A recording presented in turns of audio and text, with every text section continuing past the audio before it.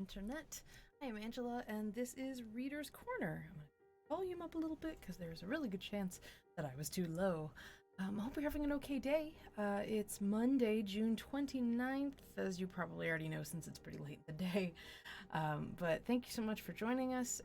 I need to fix the information about what we're reading tonight because we're reading something very special tonight. I'm very excited that in an effort to figure out what the heck I was going to read tonight, I realized that I had something that I could share.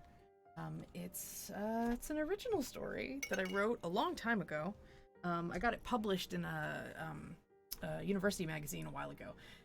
Not my university, but one in Scotland. And it got published, and it's in a thing, it's in a book. And I got a copy of it. It's very exciting. I'm very proud of it. But I will be reading an original tonight. I'm going to fix my info because I was silly and didn't update the information. Ooh, weird. It's going to have my name. Yeah.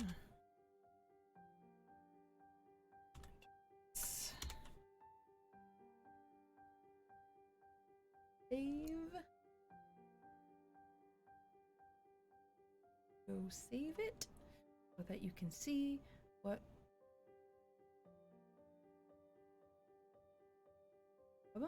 And I should update in a second.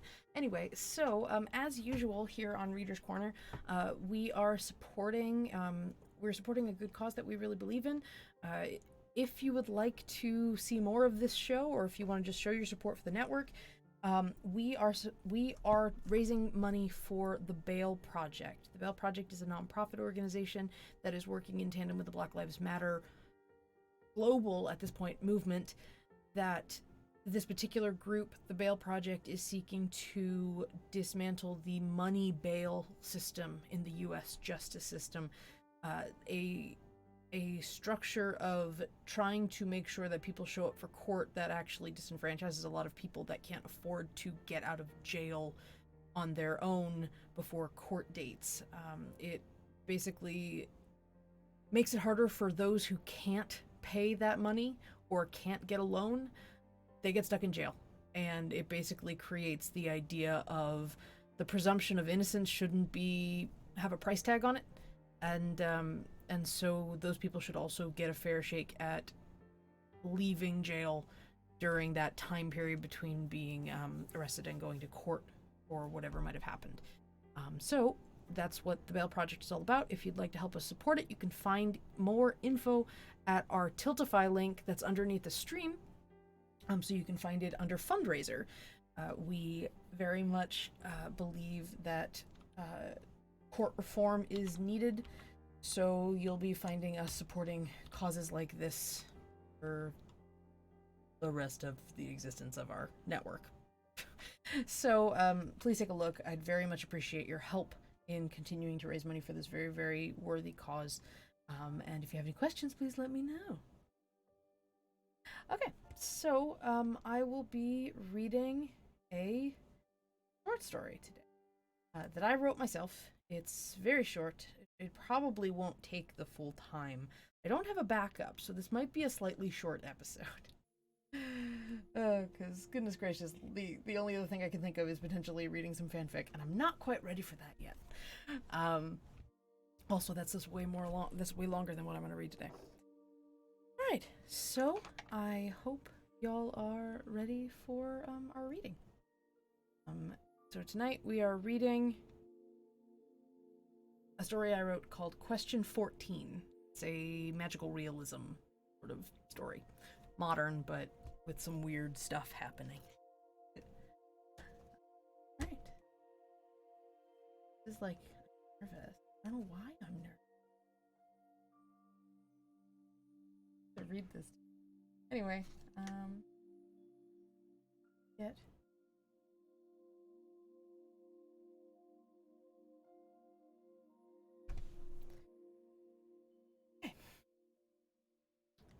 Question 14 by Angela McKay. Anna could be such an asshole. Jesus, Roy? She laughed my name through her hand. That was candid. Believe me now? I asked. I avoided her eyes across from me and tried to will my face to cool down, but it was beet red all the way up to my ears. I feel like I kind of have to after making you say all that out loud, Anna said, grinning at me. I didn't know you had that in you. I think I'm blushing. I warned you. Tugged at my tuxedo and knocked over a mop behind me.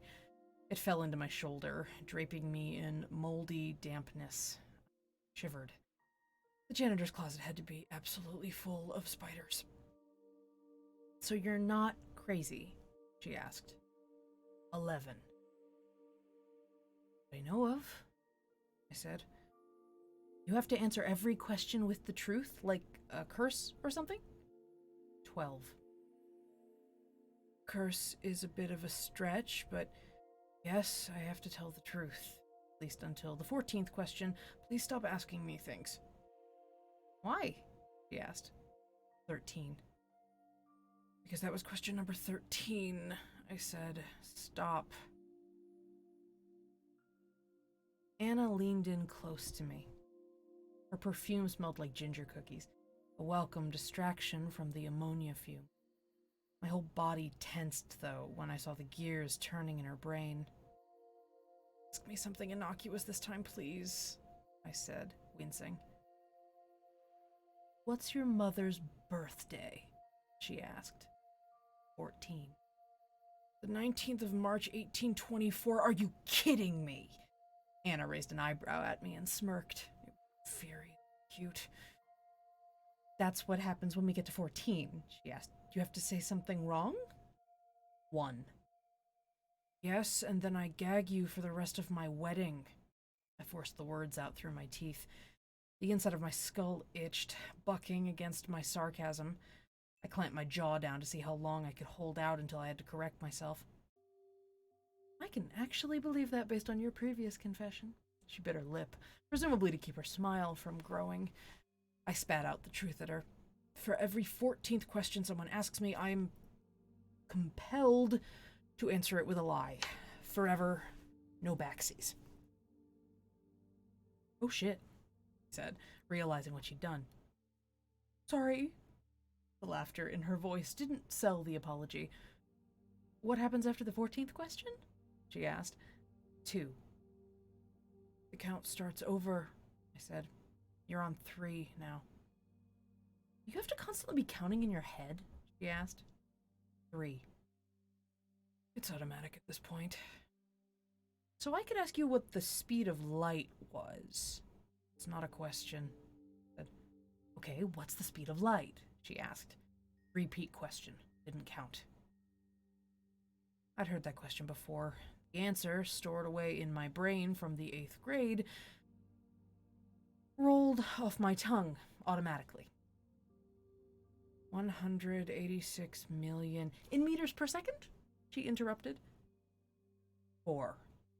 Anna smiled and took a pull from the champagne bottle in her hand. My tongue rolled up and knotted inside my mouth as my brain recalculated. 299,792,454. Incidentally, you're an asshole. Anna spat bubbles back into the bottle with a laugh. That is awesome. You realize... She stopped herself, sitting up straight in her overturned mop bucket. That is, I just realized you could know the answer to just about any question in, the universe. I loosened the tie around my neck. I can only answer things I could reasonably know, like things about me or things I've learned, even if I've forgotten about it. What's the meaning of life? 5. I don't know, I said. I can't tell you your future either. Anna pouted at that. How long have you been like this? She asked. 6. 28 years, I said. You have not gone through your whole life telling only the truth. Except for the 14th question, I get it. But seriously, that's impossible. No lying, not even to get yourself out of shit. How could you survive like that? 7. I've had to become very reliable and competent, she said. She rolled her eyes. What a nightmare. Screw you, snapped, harsher than I'd wanted. Sorry. Her frown was half sincere. You said this was going to be some big revelation. The groom whisks me away to a broom closet to unload some monumental secret on mere minutes before he walks down the aisle. And then you don't tell me you killed a guy, you don't confess your undying love for me. Instead, you give me whatever this is. She pointed at me vaguely with the open champagne. You could have at least had the decency to be secretly gay. You're the only one who knows, I said, barely a whisper. Anna exhaled into the bottle. Of course, you haven't told Leslie.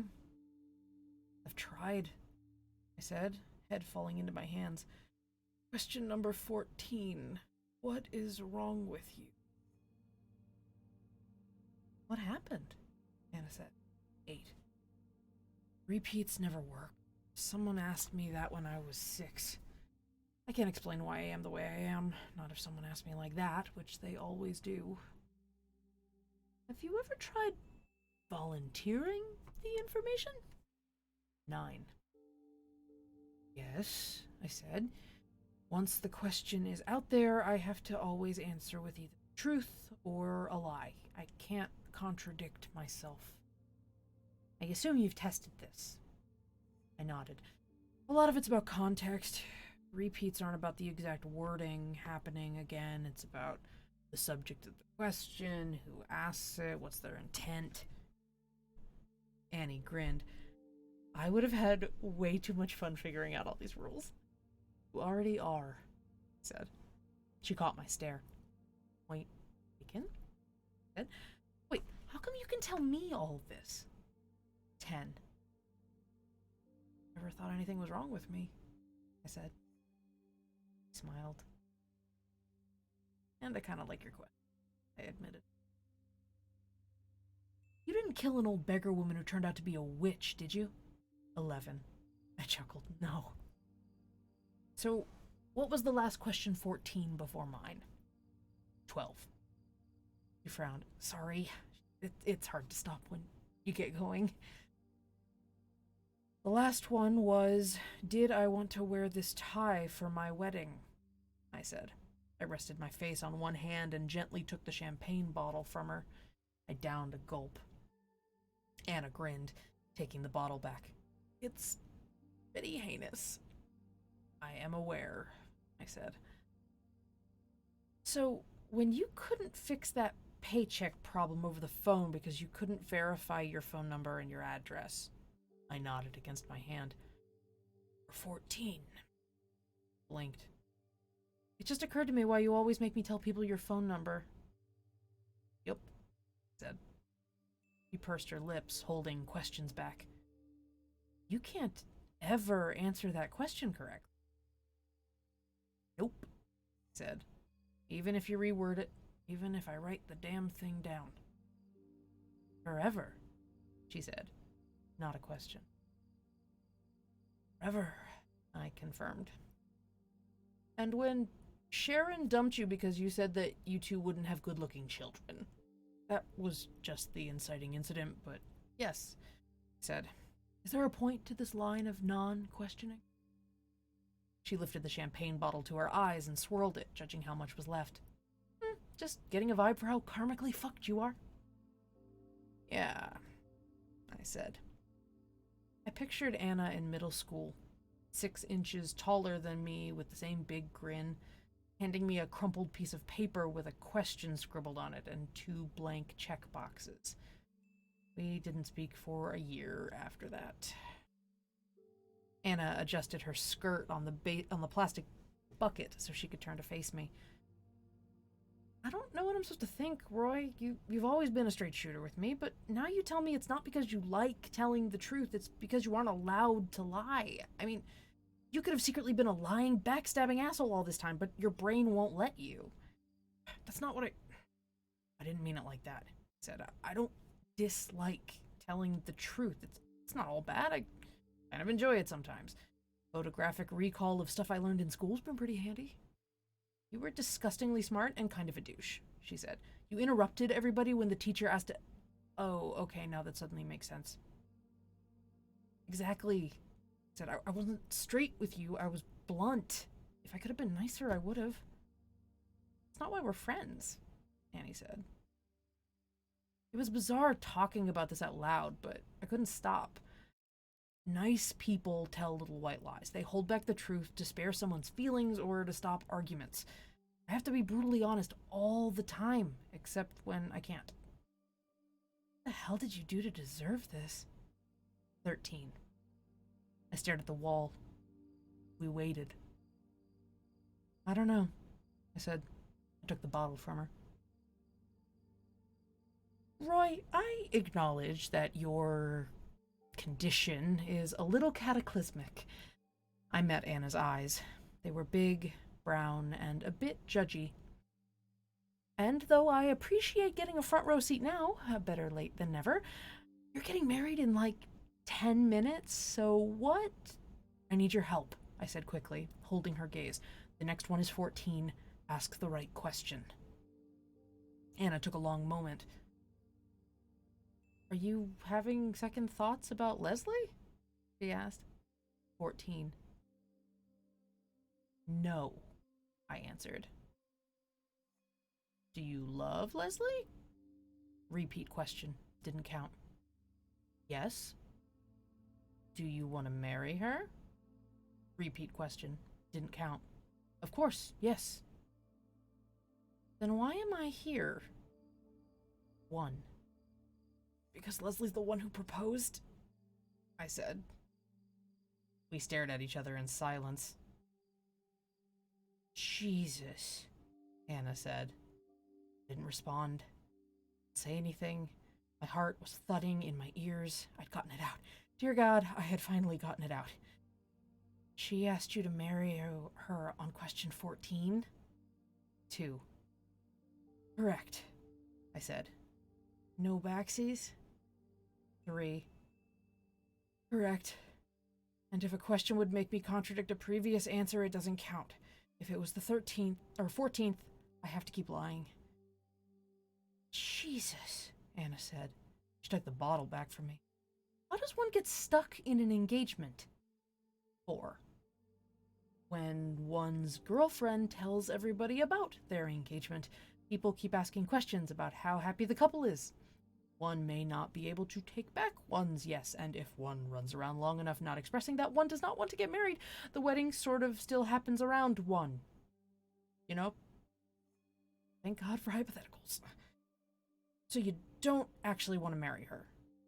Didn't count. Of course I do, I grumbled. She's the love of my life.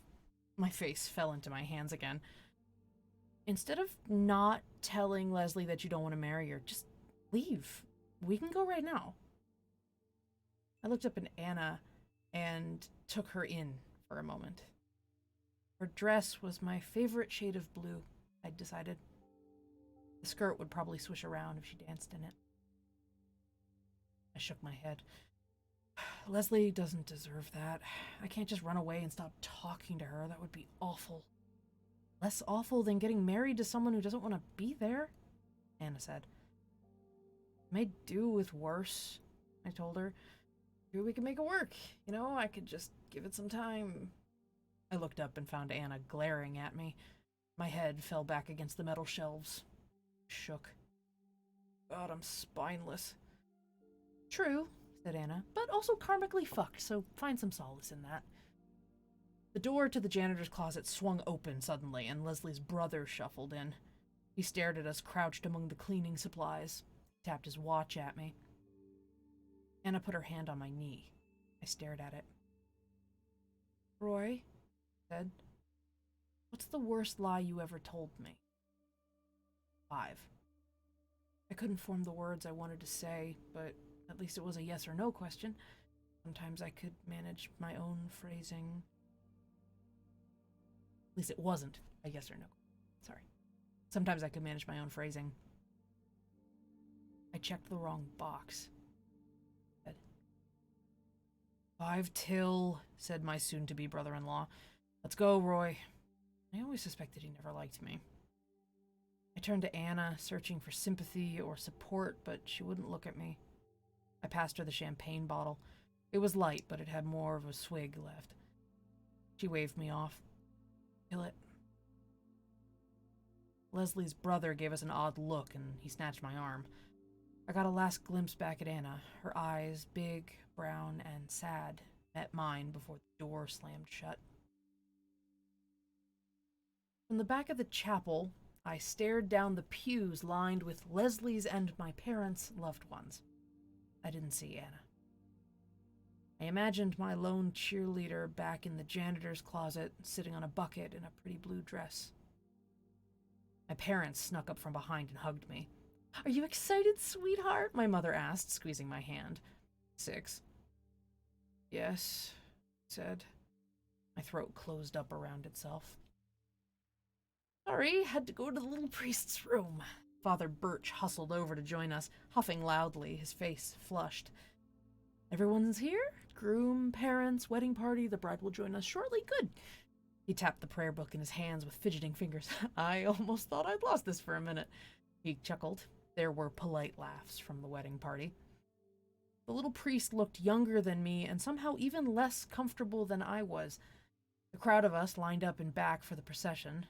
Father Birch and I took the lead side by side and looked out at the sea of guests all waiting for us. "You're doing fine, Father," I said. "It's my first too.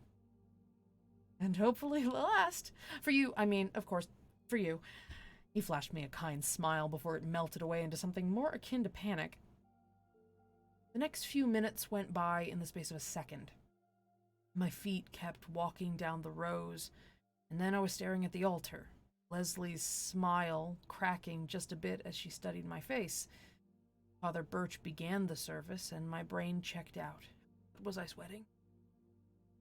Marriage is a sacred oath between... Father Birch began his slow but determined stumble through the ceremony. I felt a drop of water dripping down the back of my neck. Sweat, or was it mop juice? "Do you, Leslie Martin, take Roy Landis to be your lawfully wedded husband?" Jeez, how many people were staring up at us? Brother staring at me, the train wreck with the sweat stains through his tuxedo. I started hearing the priest as he asked question 7. "Should you, Roy Landis—" "No!" At that moment, I experienced the worst sound I could imagine. The deathly silence of an entire crowd staring at me. My head was getting fuzzy. It felt lighter than it had for over a year. Father Birch rubbed at the book in his hand, his face flushed red. I'm sorry," he stammered. "Someone seems to have written in my book." A crack in Leslie's calm wedged open. "No," she repeated. The question didn't count anymore. "Absolutely not," I blurted out. My head shook violently. I did not mean to giggle. Leslie's eyes fixed on mine, and the crack in her calm became a chasm much quicker than I expected. Half an hour later, screaming and death threats and crying had died down. I watched from the stone steps in front of the church as wedding guests avoided looking at me. They wandered to the park across the street even though the outdoor reception wasn't ready yet. And if they weren't going to get their afternoon's worth of edible bouquets and an open bar. I heard a pair of heels clacking behind me. My head was in my lap, but I could feel Anna's shadow blocking the sun from me.